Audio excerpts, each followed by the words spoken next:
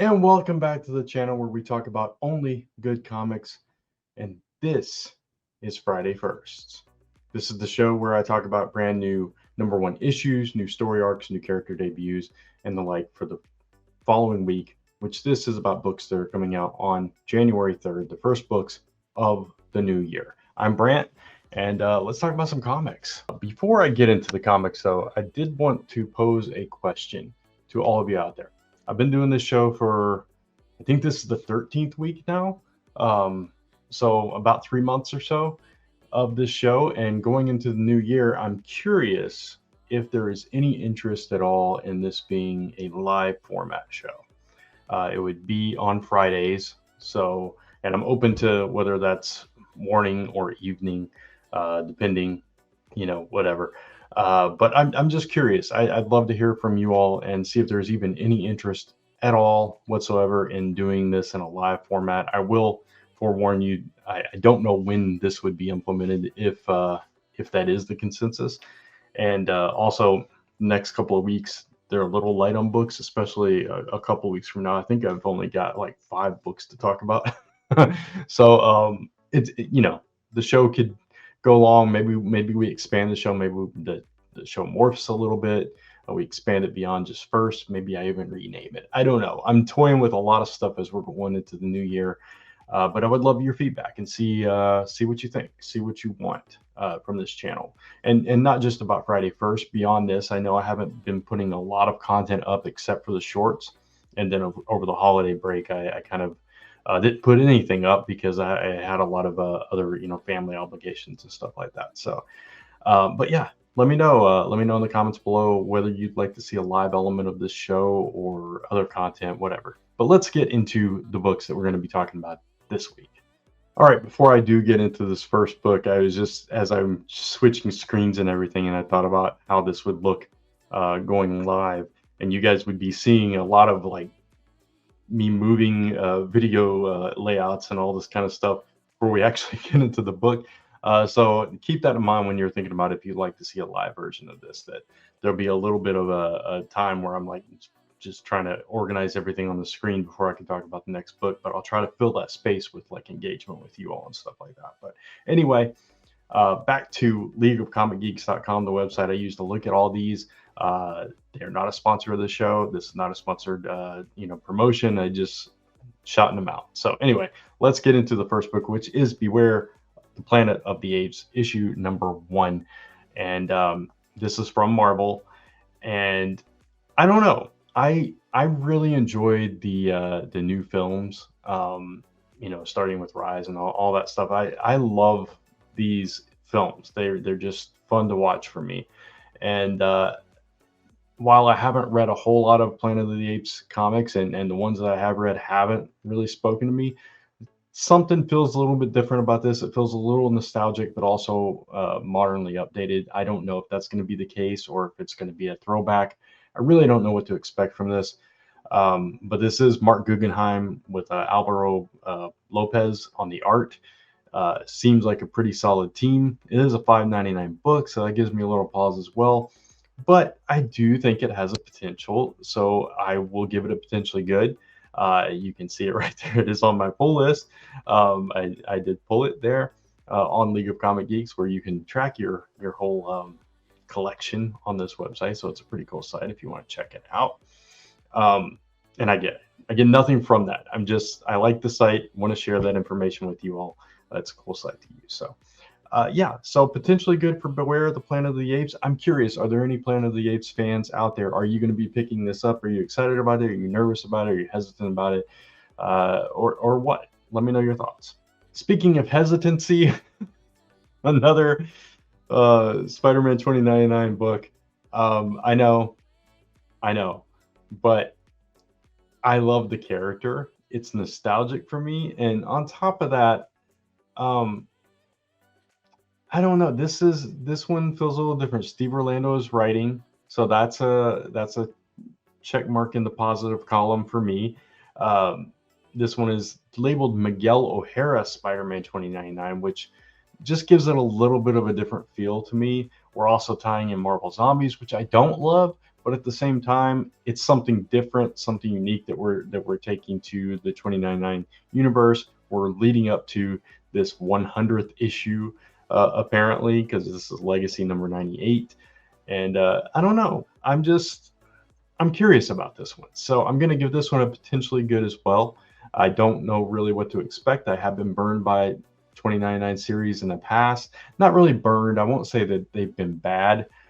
They just haven't blown me away. They've just kind of been okay, you know. So I'm hoping this one is a little bit better than that. And I'm going to go into it with a positive mindset and hope I'm right. So potentially good. Next up, we have a new series from Boom Studios called Pine and Merrimac #1.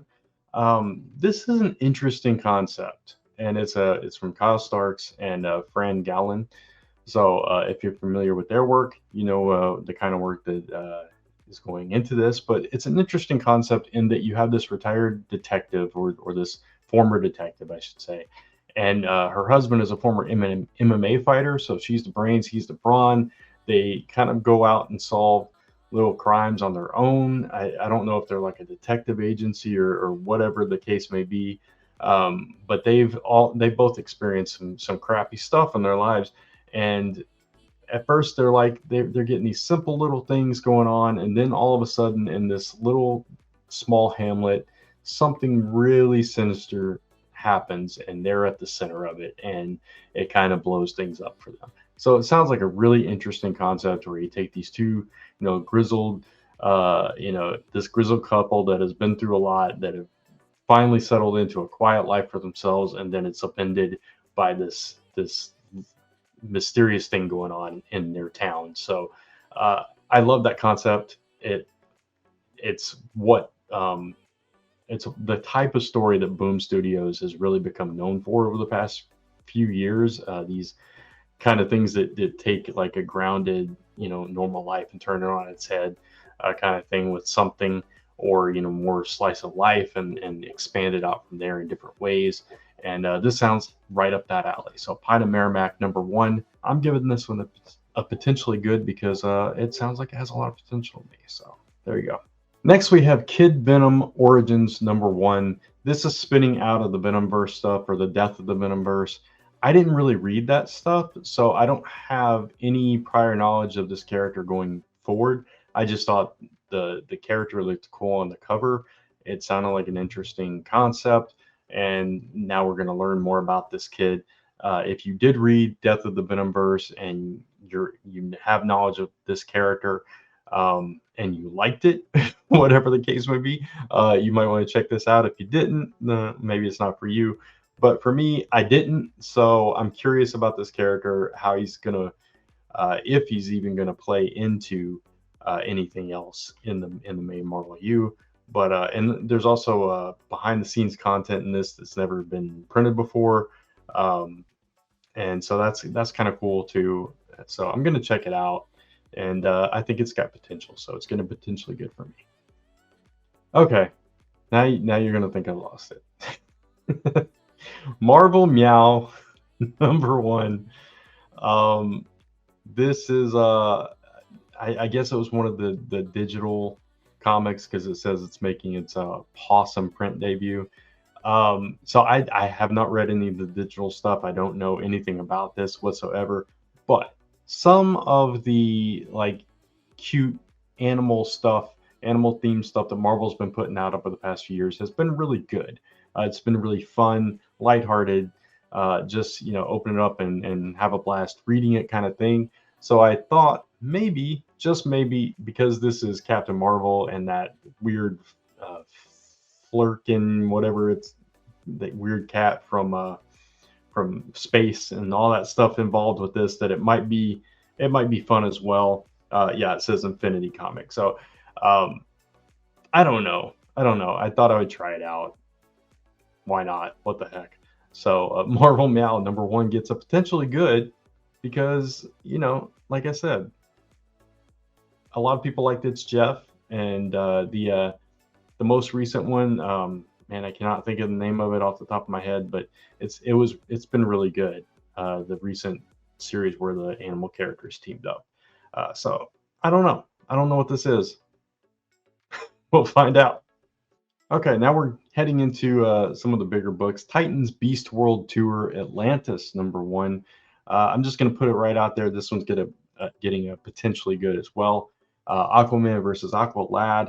I'm assuming one of them has been turned into a beast. Cena Grace is writing at least the lead story, and these tie-ins have been pretty solid. Um, I'm not the hugest fan of this particular story, but at the same time, you've got Mara in there, um, and Jackson Hyde and Black Manta. So a lot of cool characters in the mix here. Um, and Beast World's got to affect the ocean in weird ways because they're already full of different types of creatures and sea life and everything. So I'm curious to see what happens with this. Frank Thierry is also writing. Megan Fitzmartin also writing. So obviously a few stories involved in this one. We'll see how many of them are good. If you want to know my thoughts on another anthology tie-in to Beast World, check out my latest short because the Central City one is phenomenal, and it is how you do a tie-in. And I'm really excited about some of these tie-ins. Will they live up to it? Maybe not, but hopefully it'll still be an enjoyable read. So potentially good for Titans Beast World Tour Atlantis. Okay, then we have Lilo and Stitch #1. This is from Dynamite, and my wife and her sister, they're huge Lilo and Stitch fans, huge Disney fans. I've been getting some of the Disney books for my wife, and I don't know that she's read them yet, so I can't say if she's enjoyed them or not. But also, Greg Pak is writing this, so that's pretty cool. Having somebody of that caliber writing this book, and it's Lilo and Stitch, and they're a pretty cute pair, and so I'm actually gonna give this one a promisingly good, because if any of these Disney comics can be good, it's going to be this one. I think it could be just a fun, goofy adventure for Lilo and Stitch. So that's what I'm hoping, and I know that Lisa will definitely probably read this one. So there it is, Lilo and Stitch, your first promisingly good of the week. Then we have Vengeance of Moon Knight #1. This one I'm actually excited for. This is the continuation of the Moon Knight series. Mark Spector met his end, supposedly. We never saw a body. That's all I'm saying. But Jed MacKay is staying on this, so it's just a straight up continuation. But the entire dynamic has changed. Moon Knight is out of the picture, but now there is a new mysterious character that is an enemy of the Midnight Mission, which is the group that he founded that still has, Tigra and Soldier and I cannot remember the other characters' names, but the rest of the expanded cast. And this person is dressed like Moon Knight, only darker and more grim, and they don't know who it is or what their purpose is. So it's going to be interesting to see the Midnight Mission up against a Moon Knight type character. And then there's the whole stuff with Black Spectre still in the background and all this other stuff going on that has been built up over the previous 30 issues and other miniseries from Jed MacKay and others. So I'm giving this one a promisingly good, because I think if it continues on the trajectory that the previous one is, and it's just continuing to build out the mythos of Moon Knight and further establish that supporting cast that grew on me so much throughout that run, I think it could be really good. So giving this one a promisingly good for Vengeance of Moon Knight #1. Then we have Kneel Before Zod #1. I'm actually excited about this one. Joe Casey is writing this. I am a fan of Joe Casey's writing style. I think it's going to be solid. And you got, and obviously some Superman experience there. And in this, Zod rules his own world, and he wants more. And this is a dark descent for the character and his family as they expand that empire, supposedly. And this isn't the main line. This is not like alternate version. This isn't taking place on another parallel world or anything like that. This is mainline DC, where Zod is going all out, and it says it's going to be the most brutal book you've read this year. We'll see about that. But for a DC book, it sounds like it's going to be very violent, very brutal, and that's how a Zod book really should be. So I'm going to give this one a promisingly good. I think this has a lot of potential, more than potential, obviously, to be something really, really solid to read. And I'm hoping for that. I'd love to see a version of Zod that kind of goes through all of this and becomes even more and more violent, more and more pursuant of domination, to come up against the Superman that we've been reading in the Superman book, to eventually have those cross paths, because Superman is being put through his paces at this point, and he's fighting threats and at different levels than he's experienced before. It's not a doomsday like threat. It's not a physical threat. It's more emotional and psychological and magical and all these other things that have been thrown at Superman. And now you have this brutal dictator that is possibly, and I'm not saying that's where they're headed, but I think it would be really cool if they were headed on a collision course to meet up once again, and to have, the Superman family versus the Zod family. I think that would be pretty cool. So we'll see what happens, though. But for me, this one gets a promisingly good. And finally, for our rated books this week, Fall of the House of X, #1. This is written by Jerry Duggan, so it's going to be solid writing. And this is where it all starts to fall apart, right? So we've already seen like the groundwork laid for the fall of Krakoa, and now we're going full on with the fall of the House of X. Cyclops is on trial in this book. All of mutant kind, they have fallen, but they're not ready to give up yet. They're still fighting.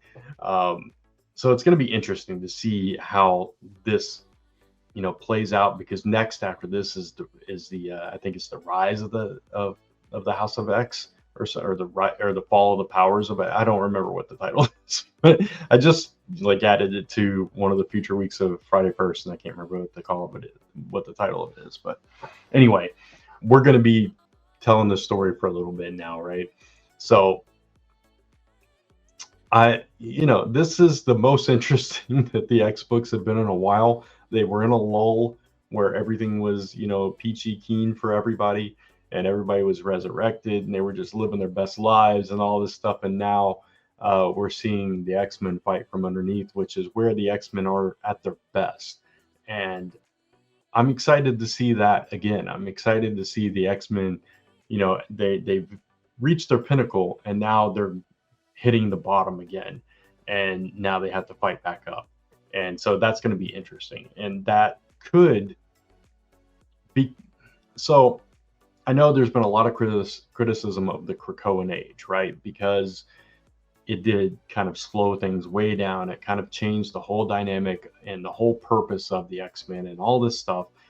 But if you think long term, that could make this stage in the X-Men's journey even that much more interesting, because of that long period of time where they weren't under threat. They weren't dominated. They were the dominant species, and they were, they had everything kind of starting to go their way, if there wasn't such infighting going on that kind of made it implode, and all these outside forces that wanted to take them down, which was always going to be the case. But now that it's getting them back to this point, it has been more interesting to read, because you don't miss something until it's gone, right? So now we're here, and we're getting possibly X-Men like we want them, and we've got Kate Pryde up on the cover there, and she's been really phenomenal in recent issues of the X books and everything. So hopefully this continues to be good and get better and better as we find out what happens with the X-Men in this next stage of their journey. Oh, and this one gets a promisingly good from me. Almost forgot to read it. And lastly, I'll leave you with one honorable mention, which is the Batman and Scooby-Doo Mysteries #1.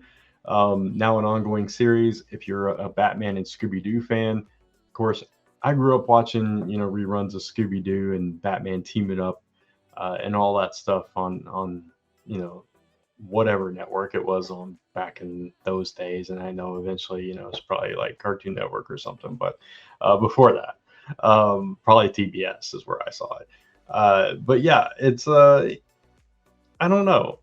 It could be something fun to read with your kids, to introduce them to Scooby-Doo in that way. And it's always fun when those characters team up, right? When you take two completely different, genres, completely different types of characters, and you mash them up, and it's always kind of a fun thing to do, to see. And if you were a fan of these shorter stories that they did before, you might want to check this out. Sholly Fish is writing this. I believe Sholly Fish has a history with, like, if I'm not mistaken, over at Archie Comics with like Sonic books and stuff like that, if I'm remembering the name correctly. So definitely tune into that all ages kind of vibe. So if this is your jam, there you go. There's your honorable mention for the week. And that's going to wrap it up for this edition of Friday First. I hope you enjoyed it. If you did, please give it a thumbs up. It really does help the channel. And of course, hit that subscribe and notification bell so you don't miss any of the other content on the channel. You can, of course, follow me across social media at Only Good Comics, and come right back here to onlygoodcomics.com to go back to the YouTube channel and watch more content as I talk to you about only good comics.